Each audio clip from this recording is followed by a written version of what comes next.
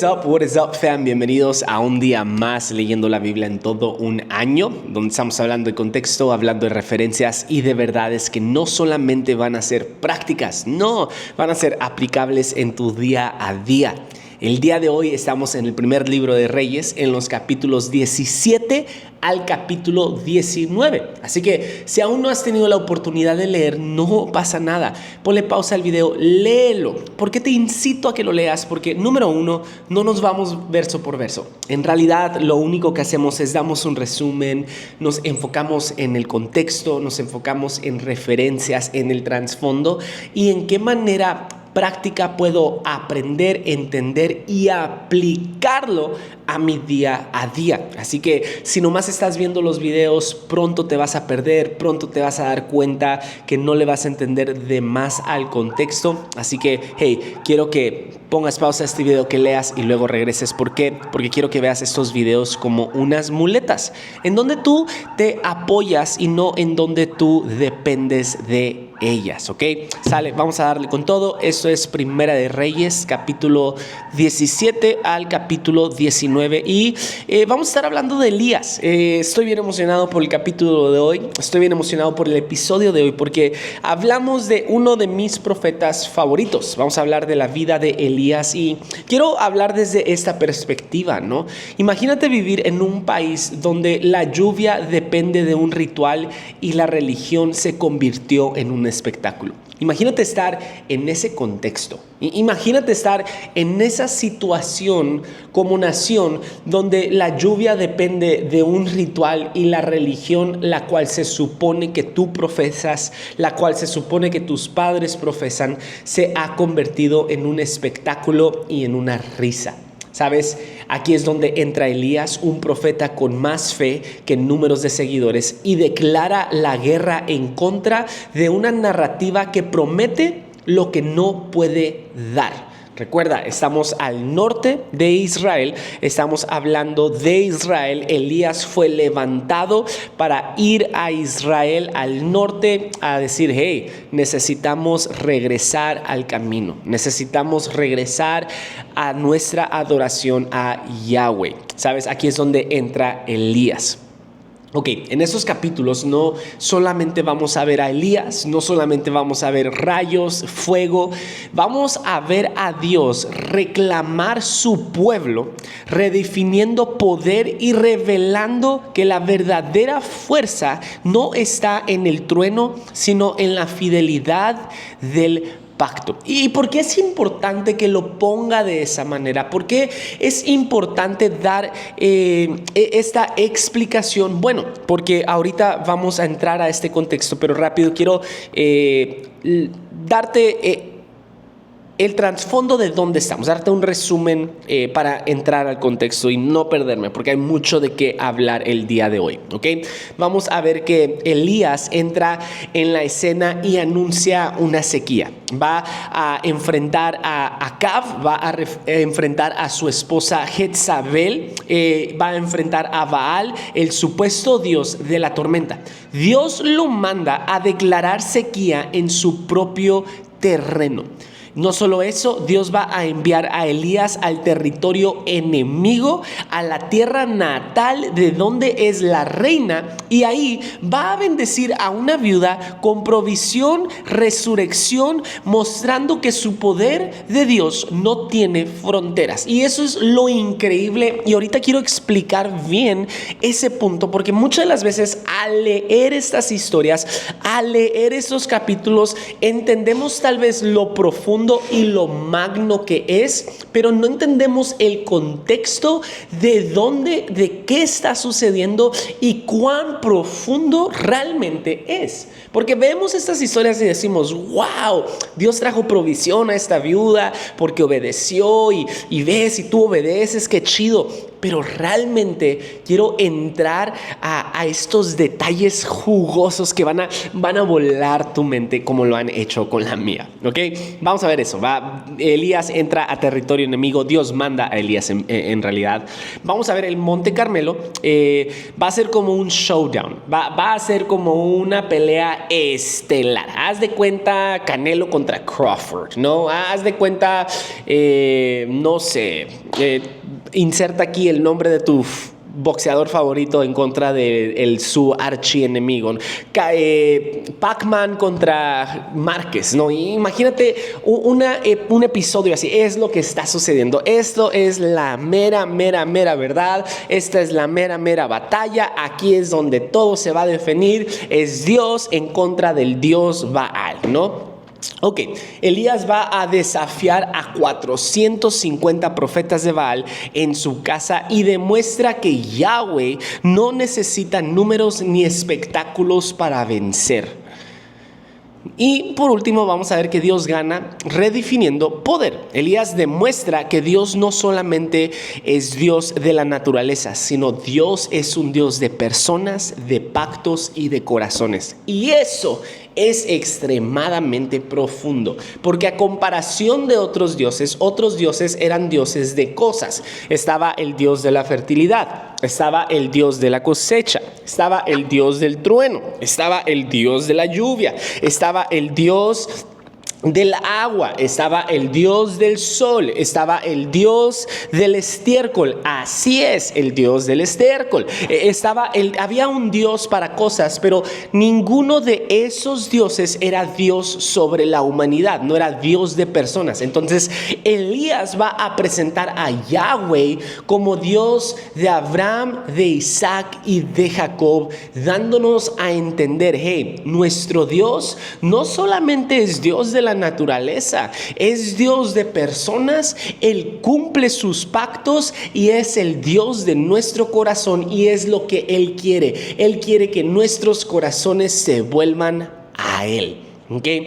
Ese es el resumen que ocupamos para poder entrar al contexto que, man oh man, a mí me emociona, y estoy seguro que a ti te va a emocionar y te va a hacer releer y repensar y reentender lo que realmente significa estos capítulos. ¿Ok? Vamos a darle con todo. Estos son los contextos que necesitamos. Número 1, Baal no era solo un ídolo, va a ver como una cosmovisión. Es el Señor de la lluvia, del rayo y de la fertilidad. Así es como tenemos que ver a Baal. Tenemos que entender a Baal de cierta u otra manera para poder entender los milagros y la situación de Israel, los milagros que hace Elías y por qué Dios está atacando específicamente el agua, atacando específicamente la provisión y resucitando al hijo de la viuda. Es muy importante entender, porque en realidad le está dejando saber al pueblo que ha volteado su corazón a decirles: yo soy el verdadero Dios. Okay. Baal tenemos que verlo como el Señor de la lluvia, del rayo y de la fertilidad. Que no llueva, el que Elías diga, el que Dios haya dicho a través de Elías: dile a los líderes, dile a Acab y a Jezabel que no va a llover hasta que yo diga que va a llover. Eso por sí solo es un golpe directo a la reputación de este Dios Baal. ¿Okay? Entonces ocupo que veas y entiendas esto. Esto es un golpe y esto es personal. Dios va a decir: ok, voy a mostrar mi poder soberano sobre todo, retando a tu Dios que no va a llover durante 3 años y medio. Quiero ver que si realmente Baal es Dios sobre la lluvia, que haga que llueva. Si realmente Baal es Señor sobre el rayo, que venga una tormenta. Si realmente Baal es Señor sobre la fertilidad, que haya cosecha. Recuerda, el agua en la Biblia representa vida y provisión. Así que, Baal, tú que te dices ser Señor, Acab y Jezabel, tú que te dices ser profetiza de él, haz que llueva. Ahora, algo que tenemos que entender y que es muy curioso, que no muchos conocemos, es que Jezabel en realidad es un nombre que en hebreo significaba, su nombre real va a ser Jezabal. Ahora, en hebreo los autores le van a cambiar el nombre a Jezabel. Y esto es como un tipo bullying bíblico. Y Josh, ¿por qué dices eso? Ok, su nombre original significaba Baal es exaltado. Exalta a Baal. Jezabal. Esa era su nombre. Pero los hebreos le van a torcer el nombre en burla, llamándola algo así como la reina del estiércol. Jezabel, eso es lo que realmente va a significar. Baal, Jezabel era Jezabal, pero le van a poner Jezabel en forma de un bullying bíblico, un bullying teológico. En realidad, era más que un nombre, era un statement, era una declaración pública diciendo, esta no es una cualquier reina, esta es la reina del estiércol. Y eso está muy chistoso, es algún detalle curioso que quiero que sepas, que veas el humor dentro de la Biblia. Me fascina eso, pero también algo que tenemos que entender de esta historia es que el Monte Carmelo es territorio neutro, es el territorio donde prácticamente era tierra israelita tomada por culto fenicio.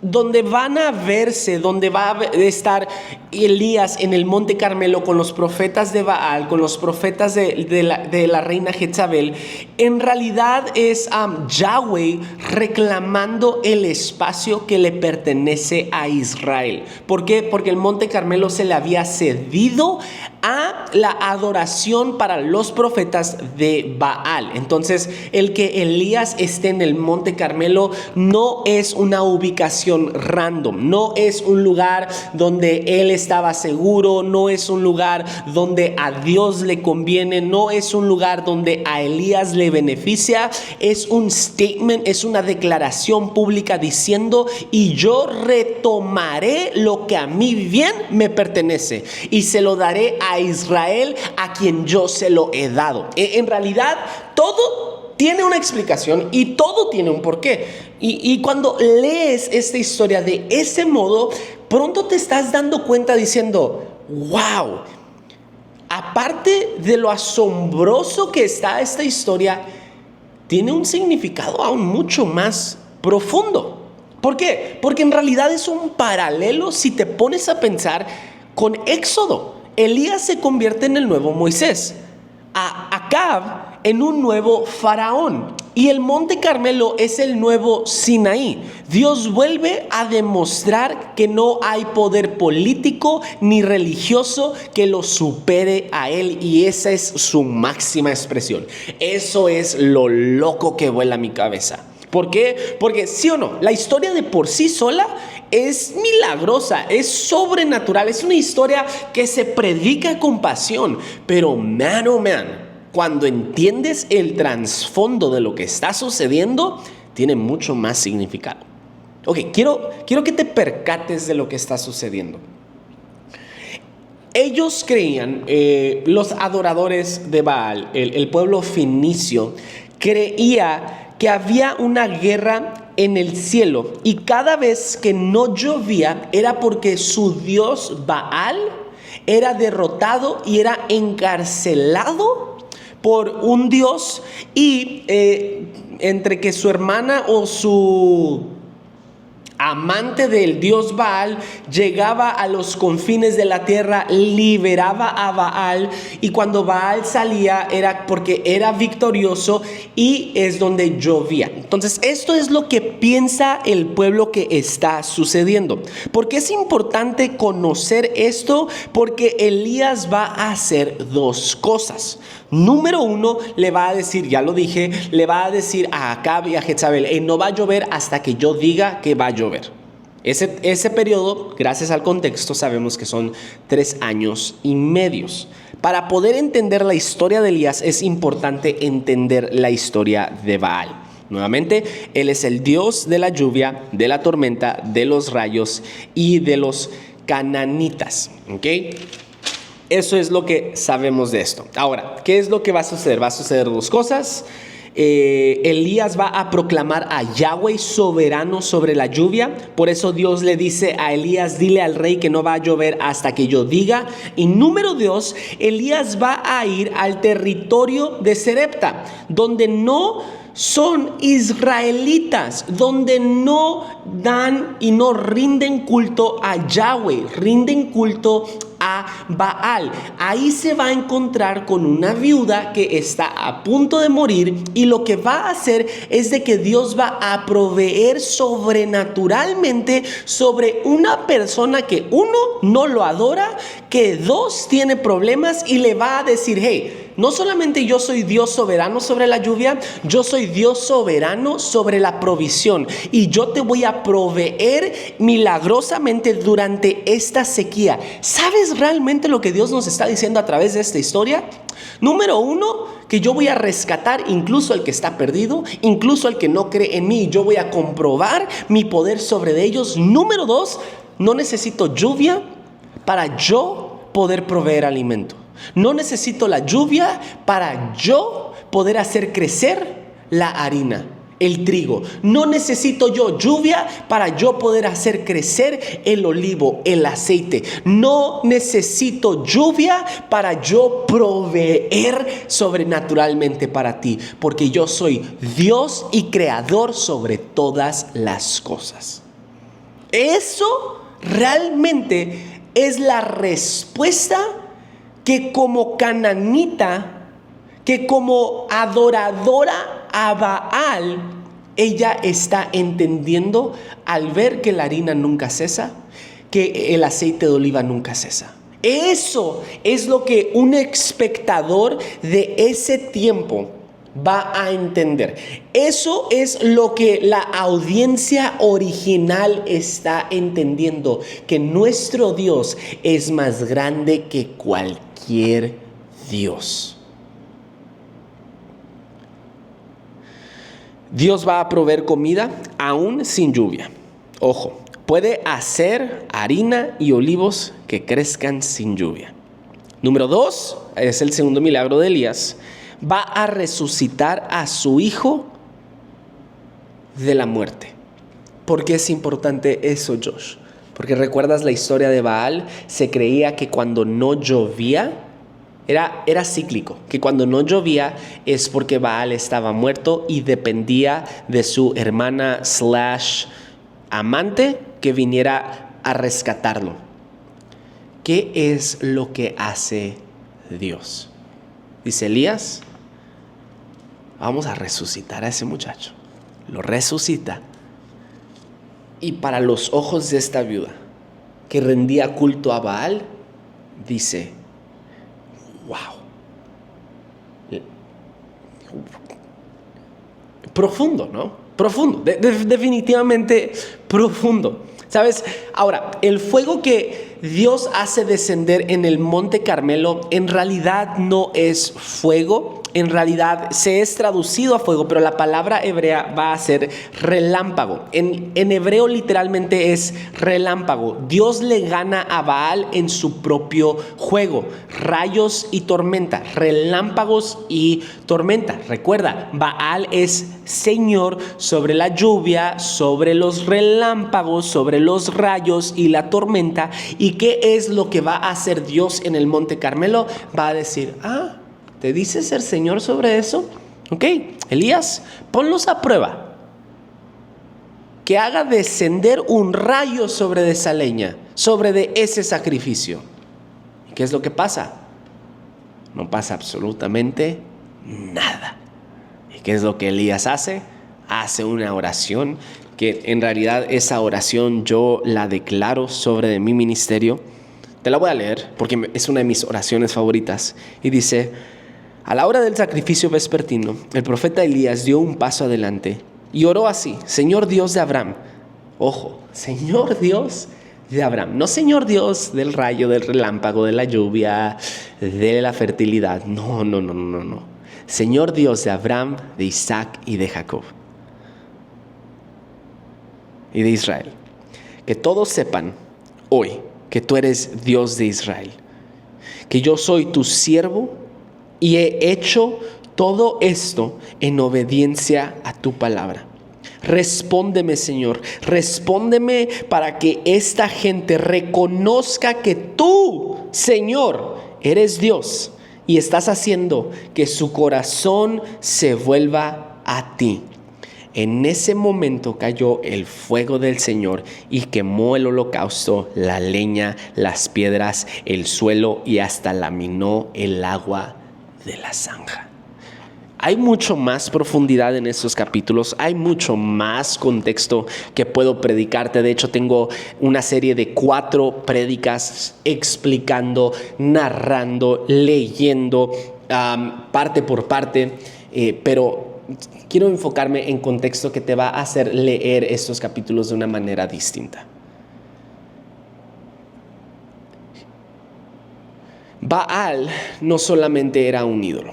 Recuerda eso. Entonces, que Dios haya descendido un relámpago, un rayo, fuego, como lo dicen nuestras Biblias, es literalmente Dios ganándole en el propio juego de Baal.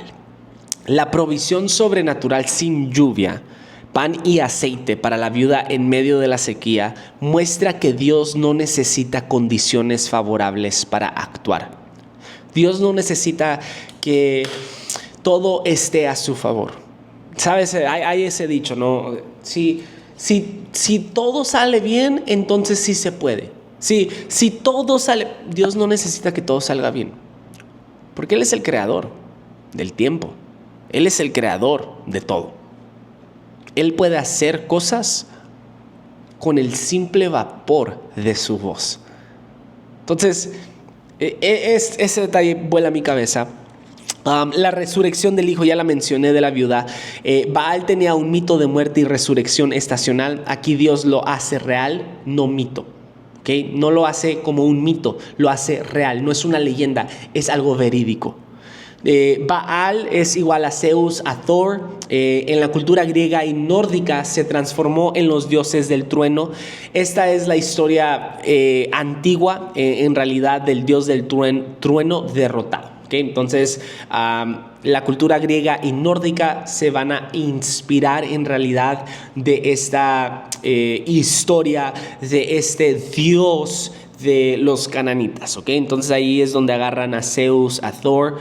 Y número 5, para terminar, creo, hay un juego de palabras en hebreo, que es la explicación en realidad del nombre de Jezabel.